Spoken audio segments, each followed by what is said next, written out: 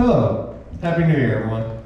Hello, Happy New Year. So, I was inspired a couple of weeks ago to find my old book. I had this published in 2009, but I couldn't read it because I can read it, but I can't read it up here because the writing is really small, so I printed out all the poems I wanted to read. So I'm going to read 4 poems if I have enough time. Let's see how this goes. So this is from before 2009 when I used to edit my poetry a lot.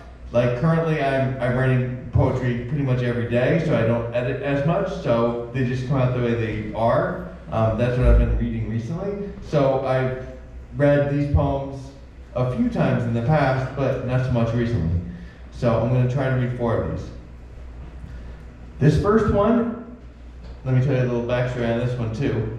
So for New Year's, I used to do like a polar plunge right on New Year's Day. So I decided I was going to do that again this year after like 20 years of not doing it. And my son said he would do it with me. I went to his room, he was hanging out with a friend on New Year's, and I asked him if he was ready to go to the beach. He's like, what are we going to the beach for? And I was like, oh, we're going to go in the water. He's like, there's a thunderstorm happening right now.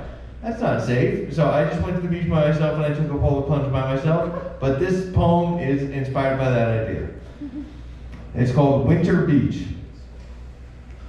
I long to be wet in the winter. I imagine treading barefoot across snow-crusted beach sand and wading into winter waves. I limit myself to daily walks past the rock-laden shore. After work ambles down Beach Ave, a quarter mile from home, out of the way, on my way home. Walking slowly, I hear the crash of waves as they echo between Long Island and here. See the faint lights 15 miles away. Watch herons and gulls dancing at the edge, and all this cannot satiate me of my longing to be wet in the winter. Thank you.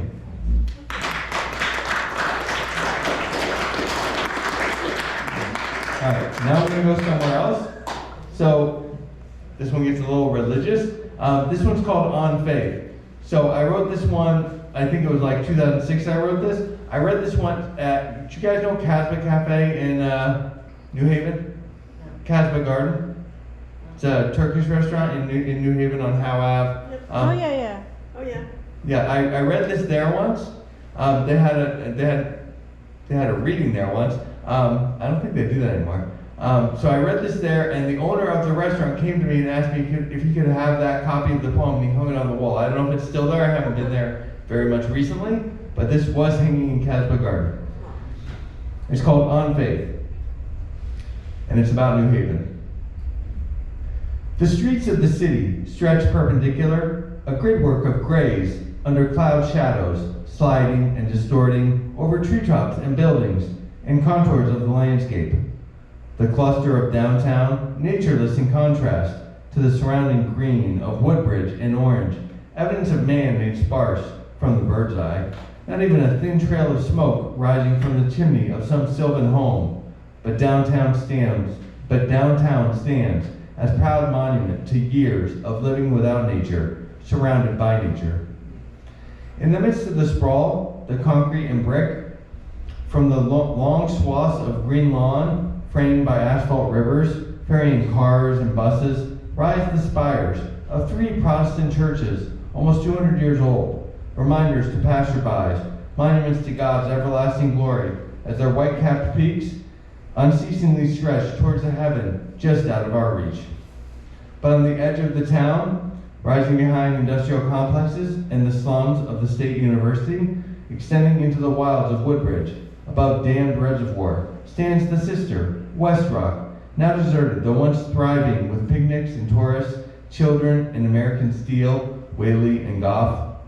Hidden from view, away to the north, lie the awkward round hills of the ancient giant, the crown of his head scraped away by industrial vandals, his left hip weighted down by a romantic tower, from which one might view the surroundings without nature standing in one's way. And I stand alone, on top of this third crag, East Rock, contemplating longevity, contemplating trinities, the 3 peaks of man, built in God's name, the 3 peaks of God, rising even higher. How long will it take for the spires of God to crumble, and how long for his mountains? Thank you.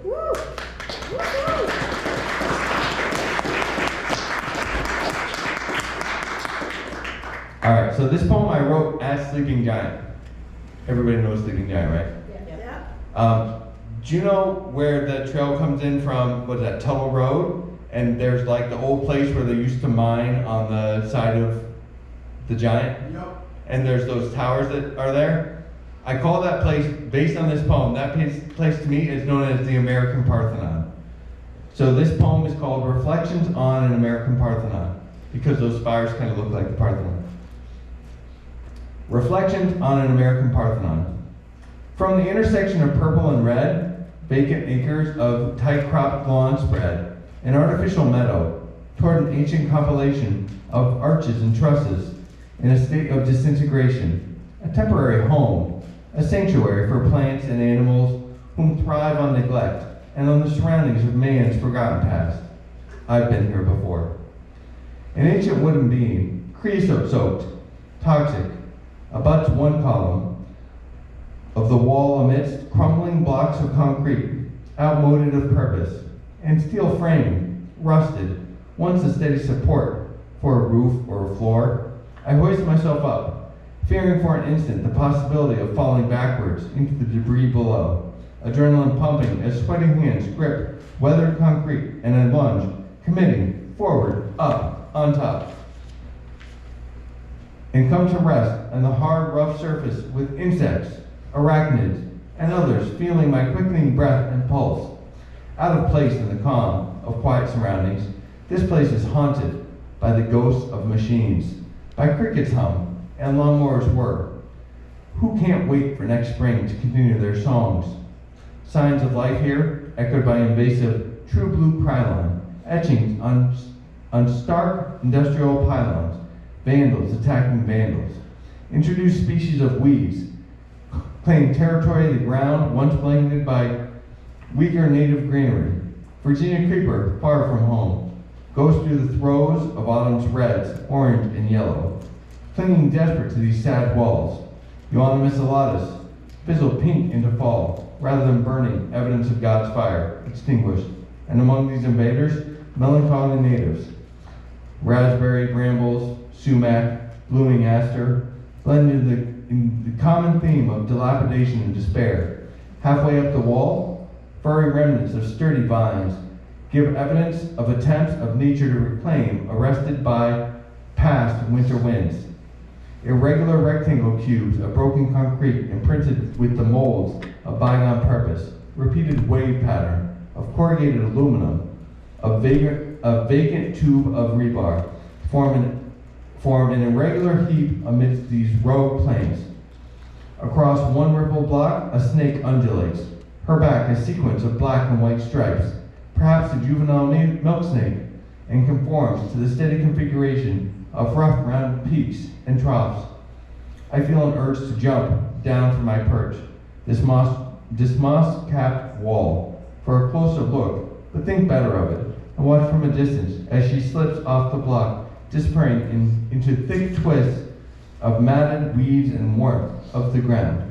I am left with the sounds of crickets and light wind blowing through crisp edges of yellowed maple leaves, rushing back and forth against each other until they can bear it no longer, relinquish a tentative grip, and fall for the only time into eternity.